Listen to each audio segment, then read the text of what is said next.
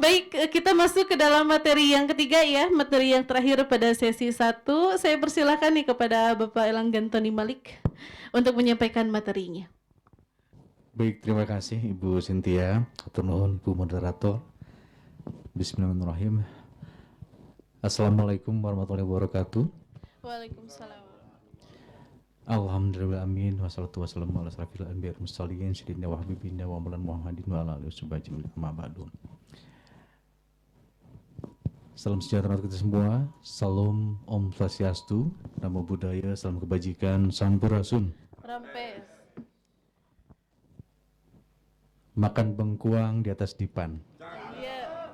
Selamat pagi insan penyiaran. Sudah siang ya? Oh, selamat siang insan penyiaran.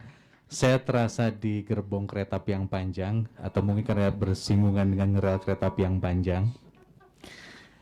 Kalau tadi cukup berat gitu ya materinya, kalau saya mungkin lebih mencairkan suasana kita. Namun juga ini dalam, kami mencoba untuk pendekatan lebih kepada hal-hal yang biasa dan terasa di rumah tangga. Kita lahir dari kaum ibu, lahir dari kaum perempuan, sehingga saya sapa dulu, selamat pagi ibu-ibu, baru kemudian selamat pagi bapak-bapak, selamat pagi Ece, Miwah Akang. Ya, semoga semua sehat dan tetap diberikan lindungan oleh Allah SWT dan kita dapat berkumpul di tempat yang baik ini, serta salam dan salam kepada pelita jiwa umat manusia Khataman Nabiin Muhammad SAW. Baik, kami mencoba untuk mengajak memori kita. Siapa di ruangan ini yang pernah dengar kata Matt Monroe? Boleh angkat jarinya atau tangannya. Matt Monroe, ada yang pernah dengar? Belum ada berarti ruangan ini. Berarti belum ada. Matt Bianco. Satu di belakang, ada yang tahu Matt Bianco? Oke, kalau gitu Michael Jackson, ada yang tahu? Motley Crue atau tahu juga. Iya, Jawarana. Nah, ini kaitan dengan materi kami. Ini mengenai generasi, bahwa menurut undang-undang yang ada, ini pun sama ya, tahun 2009. Jadi kategorinya di sini adalah usianya 16 sampai 30 tahun. Pun sama dengan teman-teman Telkom, 2009 juga sama. Dengan logo baru dan nama baru, yaitu The World in Your Hand. Kemudian juga time-nya mereka itu adalah mengenai telecommunication, information, media, dan edutainment. Ketika itu teman-teman media radio dan televisi sedang ngapain? Seingat saya mungkin keliru, sedang masa kejayaan atau masa emas periklanan. Atau mungkin ada yang katakanlah mungkin ada konflik di dalam atau konflik di luar. Jadi iklannya berbaginya sedikit begitu ya. Karena banyaknya teman-teman yang memiliki lembaga penyiaran. Nah, dari sini saja bisa kita lihat bahwa betul memang lagu-lagu di Indonesia itu lebih banyak dari teman-teman Uncle Sam gitu ya, kata Lord Rangga, dari Amerika. Sedikit, tidak terlalu banyak lagu-lagu dari Inggris. Tapi siapa sih yang tidak kenal dengan The Beatles? Sampai sekarang pun kita sama-sama mafhum. Sehingga perspektif kami dari konteks ini masih yang tadi aja dulu, Kang Edi. Ya, dari perspektif ini kami ingin mengingatkan, kalau terlihat, oh baby boomers itu ada gambar bayi ya. Nah, kita coba mengingat bahwa kita lahir ketika bayi pasti nangisnya oe-oe. Baik lahir di Amerika, lahir di Afrika, lahir di Indonesia pasti oe-oe. Ketika lapar, oe-oe. Ketika pipis, oe-oe. Tapi mengapa kita berbeda bahasa? Kalau saya lahir di Bandung, mungkin jadi Mang Elang. Kalau di Amerika jadi Eagle merenya. Bayangkan itu.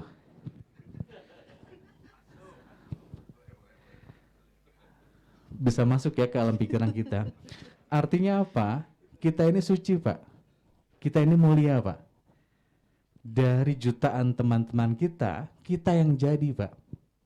Tapi mengapa ketika kita beda bahasa, beda pilihan yang lainnya dalam kehidupan, itulah yang membuat kita berbeda-beda.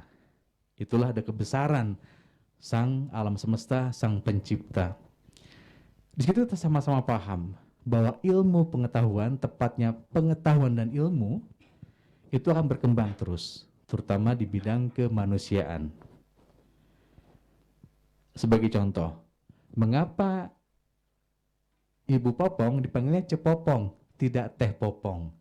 Berarti ada filosofi, ada ajaran. Kalau Ece sama Akang yang senior, kalau Teteh dan A adalah yang genetis atau ada sedarah. Ini filosofinya tinggi, dan bangsa Indonesia atau bangsa Nusantara kala itu cukup dalam di ilmu ini. Jadi ketika, iya ya, dulu kita bayi, lahir, kemudian orang tuanya berbahasa Inggris, jadi bahasa Inggris. Orang tuanya misalnya China, jadi bahasa China. Pun demikian hal yang lainnya. Eksternal ini akan mempengaruhi kita menjadi siapa kita. Sehingga kelak dalam proses lahir, bayi, batita, balita, anak remaja, kita berbeda dengan proses kehidupan kita masing-masing. Sehingga ketika tadi kita sudah sampaikan bahwa kita ini mengalami dinamika kehidupan yang berat, kami fokus ke Z generation atau generasi Z. Ya memang ini dipastikan penemu-penemunya atau yang menggunakan istilah ini adalah orang-orang yang Yunani yang memang paham dengan ilmu mafia, matematika, fisika, dan kimia. Sehingga kenapa dulu mah bahasanya lebih mudah dicerna gitu ya, generasi baby boomers, karena pasca Perang Dunia Kedua banyaklah lahir-lahir bayi-bayi baru kala itu karena sudah proses damai. Kita lelah gitu tahun 1900-an itu Perang Dunia Pertama, 1945 Perang Dunia Kedua, cukup lelah dunia ini sehingga banyak bayi-bayi lahir. Mudahnya seperti itu. Tapi kenapa ketika kesininya kok ada istilah X, Y, Z, alpha, dan beta? Artinya sebagai faktual, mudahnya saja, mengapa ITB ada di Bandung? Institut Teknologi Bandung. Berarti orang sini tidak boleh tidak melek teknologi. Pun demikian ada IPB, Institut Pertanian Bogor. Berarti bangsa kita selagi tidak pernah kelaparan. Nah, pendekatan-pendekatan ini akan lebih kita ketahui bagaimana kita bisa melanjutkan bisnis kita agar going concern, agar berkesinambungan. Kami beberapa kali berjuang di dunia radio khususnya, karena mungkin kalau ke TV kami kurang menjual wajahnya sehingga belum pernah ke TV. Awal karir teman-teman berdemo saya di radio Fire, mungkin dulu program A2 ya. Ada beberapa guru saya di situ, kemudian juga saya sempat agak lama di radio MGT, termasuk guru saya ada Mas Wiwit di sana. Terima kasih Mas Wiwit atas kehadirannya juga, hatur nuhun. Nah juga sempat di radio PR FM sama Mas Basit. Ada saya lihat ada Kang Kiki ya, Kiki Haryadi sekitar 4 tahun. Kemudian beberapa radio pernah saya bekerja dan diawali dari seorang operator gitu ya sampai ke panas jeli gitu atau berem jeli karena menerima request kala itu dan harus ditulis gitu ya. Kami mengalami radio zaman piringan hitam, zaman kaset begitu ya. Jadi kalau generasi kami antara kaset yang C60 atau C60 plus patlot pasti apal gitu ya. Nah maksud saya kita harus peduli dan peka kepada generasi Z. Telkom saja peduli gitu ya. Apa buktinya bahwa generasi Z hampir dipastikan tiap detik tidak pernah lepas dengan HP. Dan saya berharap banyak kepada generasi Z. Mengapa? Karena kami, saya pribadi kategori generasi X. Kami lahir tahun 1976. Sebagai jembatan, sebagai bridging. Apabila generasi X yang dilahirkan oleh generasi baby boomers tidak betul dan tidak baik dan tidak benar, nanti anak-anaknya generasi Z alpha beta ini yang dalam tanda petik kita harus berkesungguhan.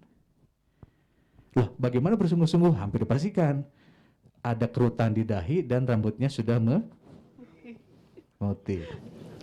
Artinya memikirkan hampir dipastikan adalah sayang. Sehingga kalau kita tidak sayang dengan generasi anak cucu kita, apa yang terjadi gitu ya? Tidak ada kelanjutan. Nah, maksudnya gimana? Teman-teman di Hollywood berkreasi dengan negeri Wakanda, berkreasi dengan negeri Asgard. Bayangkan itu. Bukankah kita sejati dari hal yang suci tadi harus berpikir lebih dalam? Mengapa kita hanya hidup di muka bumi yang satu ini saja dibandingkan dengan alam semesta? Artinya apa? Suatu keniscayaan.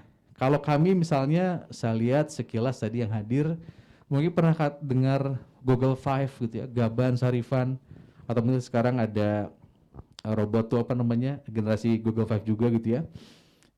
Itu kan si Google-nya itu, hero-nya itu pakai jam untuk komunikasi dan semacam ada V-call gitu ya kalau sekarang.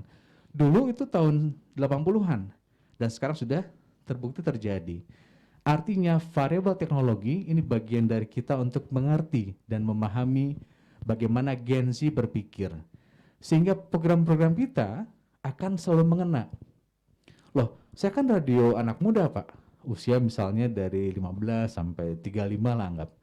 Lah, bukannya usia itu bergeser. Dan kaitan dengan bisnis, kita harus memiliki perencanaan yang baik. Dalam 5 tahun, dalam 1 dekade, 10 tahun, sehingga kita punya proyeksi yang baik. Sehingga saya yakin, teman-teman lembaga penyiaran yang bisa bertahan di masa-masa berat ini adalah perencanaannya yang baik dan matang. Karena apa? Karena peduli dan memiliki visi ke depan.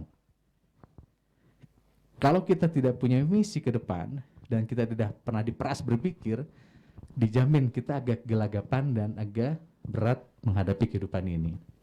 Biar dilan saja. Artinya apa? Artinya saya pribadi dilahirkan juga di dunia radio itu selalu dari awal-awal radio berdiri. Saya sempat di radio wisata, sekarang oleh Kang Aldi, dipimpin oleh Kang Aldi. Dulu nama PT-nya PT Media Wisata Sari Asih. Itu pun sama. Kalau tidak keliru, itu didirikan hanya ongkos 15 juta rupiah saja. Tahun kalau tidak keliru ya 98-99. 15 juta jadi radio plus pemancar. Kala itu ya. Kemudian ketika ada aturan dari Menteri Perhubungan, dirapikan kanal-kanal yang ada, mulailah tahun 2000-an ini cukup ramai radio. Di antaranya saya sempat dekat dengan almarhum Pak Budiman Sumali dan juga Kang Bakti, itu pengguru saya di radio, di 99ers. Pun dari nol lagi. Jadi beberapa radio yang saya sempat bergabung itu dari nol. Sehingga saya kebayang bagaimana membangun radio, apapun, apalagi juga TV ya, hampir kan sama.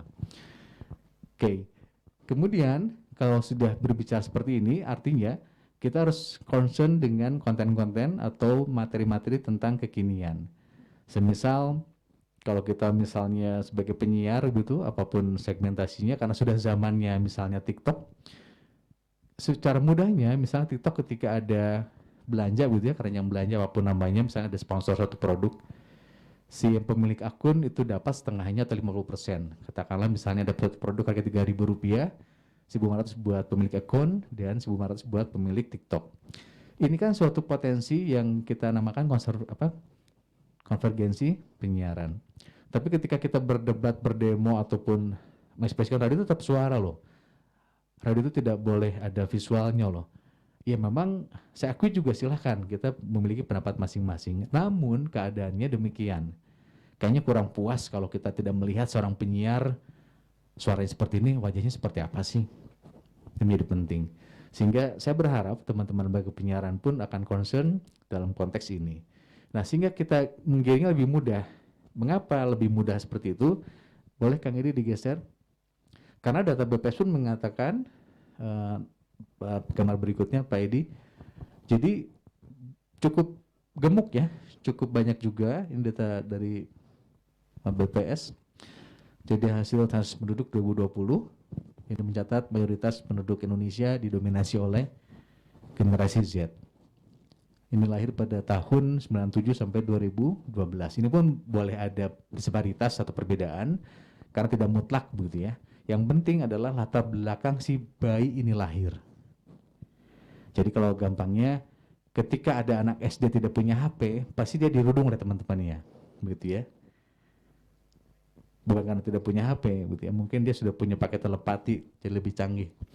Dan juga generasi milenial, ini yang termasuk ketua kita Pak Adiana, 81 sampai 96. Nah ini cukup gemuk juga, kalau ditotalkan untuk Gen Z 27% ya lebih, dan juga milenial 25% lebih.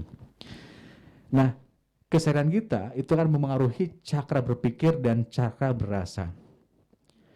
Bagi anak-anak sekarang, agak sulit dikisahkan masa lalu atau sejarah. Karena apa? Karena mereka tonton itu selalu kekinian dan futuristik dan juga kemajuan. Tidak pernah diajarkan pertentangan, perbedaan, dan seterusnya. Sehingga apa? Sehingga menjadi ras manusia seutuhnya. Bahwa kita ini manusia, seperti bayi tadi yang lahir, suci, mulia. Nah, ketika kita terkontaminasi oleh komunikasi atau informasi yang ada di benak kita, sehingga kita memiliki nilai-nilai sendiri atau prinsip-prinsip kehidupan sendiri. Sehingga penting untuk kaitan dengan kepemiluan, karena Gen Z ini juga akan lebih mudah mencek, begitu ya, apakah banyaknya di medsos, betul, di antaranya di media sosial. Namun sebagai lembaga penyiaran, kita ini kan lembaga resmi, punya tempat, punya studio, ya ada karyawati-karyawan. Jadi rujukan yang paling diakui oleh teman-teman Gen Z, sebagaimana tadi risetnya Pak Diana, itu adalah TV dan radio. Itu masih selalu di kita. Apa kelebihan radio? Karena kita bisa ngadu bako gitu ya, cek sunanama. Jadi kita bisa sambil ngobrol, sambil merokok. Saya pun pernah pengalaman di radio yang bisa sambil siaran, sambil ngopi dan ngerokok gitu ya. Gelombangnya di AM, dulu zaman AM ya. Saya juga sempat siaran di Radio Sonata, itu yang saya maksud, bisa merokok, bisa ngopi, tapi saya mantu hari temannya. Jadi penyiar senior saya bisa sambil merokok dan ngopi sambil siaran. Nah, dengan kisah-kisah ini kami harap jadi lebih mengerti apapun keadaannya, karena semua kita sudah digiring ke arah yang lebih baik. Dengan variabel teknologi, ketika sang istri menanyakan, ayah lagi di mana? Tinggal di V-call. Dulu kan belum ada ya. Kita bisa dalam tanda petik bisa berbohong, bisa berhoax, tapi ketika sekarang, ayah sedang di mana? V-call saja aktifkan, kan jelas ya. Coba diputarkan kameranya gitu ya. Artinya apa? Kita menuju ke arah kebaikan dengan variabel teknologi ini. Dan manusia akan menjadi manusia utuh apabila memang kita menyadari siapa kita dan berpikir merasakan bagaimana darah yang mengalir di diri kita adalah sebagai ras manusia. Dalam konteks ini sudah terbayang bagaimana teman-teman LP ini dapat mengkaji dan juga menyajikan kepada generasi Z. Makanya tadi saya lebih fokus generasi Z karena pasti Pak Adi memborong semua materinya jadi lebih ringan. Dan sebagai informasi bagaimana saya bisa akrab dengan generasi Z, karena saya pun sama. Kami ini memiliki 2 anak, Teteh itu kelahiran 97 dan Aelzan kelahiran 2002. Sehingga kami mendidik Gen Z ini luar biasa sulitnya. Sehingga kami ini harus beradaptasi dengan baik begitu ya. Karena sekali lagi kehebatan apapun kita dilihat dari rumahnya. Karena keluarga adalah umpi terkecil dan keluarga adalah benteng pertahanan terakhir dalam menghadapi kehidupan ini.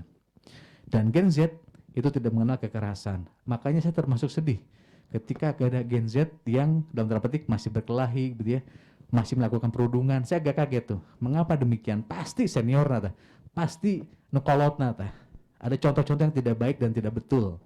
Sehingga kami berharap dalam konteks ini medialah yang menjadi penopang sebagai sosok guru juga agar Gen Z ini lebih baik dan komunikasi apapun dapat kita komunikasikan dengan baik, manakala dengan efektif kita bisa mengetahui apa yang ada dirasakan dan dipikirkan. Secara teorinya boleh Pak Edi, itu kita sama-sama mafhum, ini adalah ilmu marketing, Profesor Philip Kotler. Kalau bicara Philip Kotler jangan ditanya keyakinannya, ditanya rasnya, karena pasti teman-teman yang cerdas pandai adalah first brother gitu ya, kakak tertua kita. Jadi ini sebagai contoh promosinya, bahwa kalau kita berbicara promotion mix, kita sudah mafhum, apalagi teman-teman IO di sini ada gitu ya. Kita lebih mengenal dengan sales promotion gitu ya, personal selling, namun juga ada yang lain seperti publicity, public relation yang di corporate, direct marketing pun sama, the word of mouth dan online marketing serta advertising.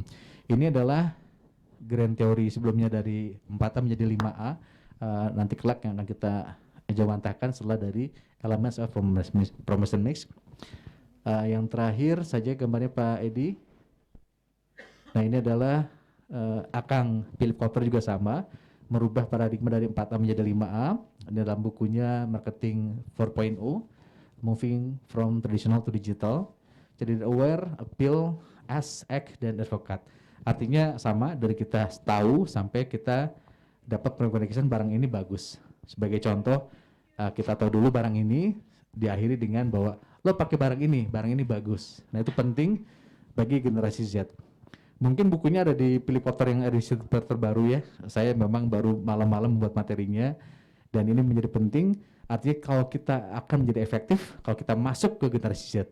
Jadi seolah-olah kita tanggalkan masa lalu kita, nostalgia kita, tapi kita masuk menjadi usia-usia 20 tahun, 21 tahun itu yang agak sulit memang ya. Karena sebagai seorang penyiar biasanya harus bisa merasakan apa yang pendengar rasakan walaupun tidak terlihat. Baik, demikian dari kami. Terima kasih banyak. Akhirul kalam. Wassalamualaikum warahmatullahi wabarakatuh. Waalaikumsalam warahmatullahi wabarakatuh. Sekali lagi beri tepuk tangan nih untuk ketiga narasumber kita nih. Alhamdulillah ya, sesi pertama telah selesai. Tadi saya merasa tersinggung ya Pak Elang menyebut datanya gemuk. Ini saya merasa tersinggung di sini. Tapi nggak apa-apa ya.